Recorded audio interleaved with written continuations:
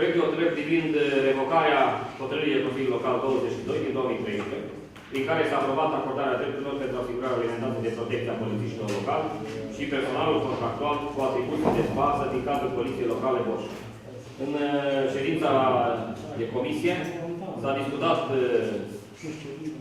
s-a discutat acest lucru și prefectura ne cere să revocăm hotărârea respectivă.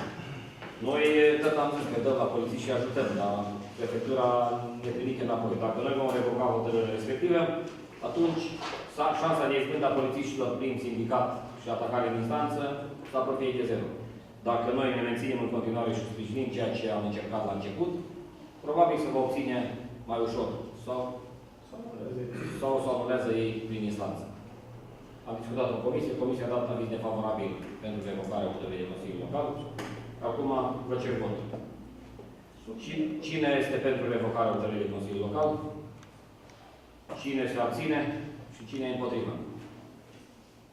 Votat în unanimitate.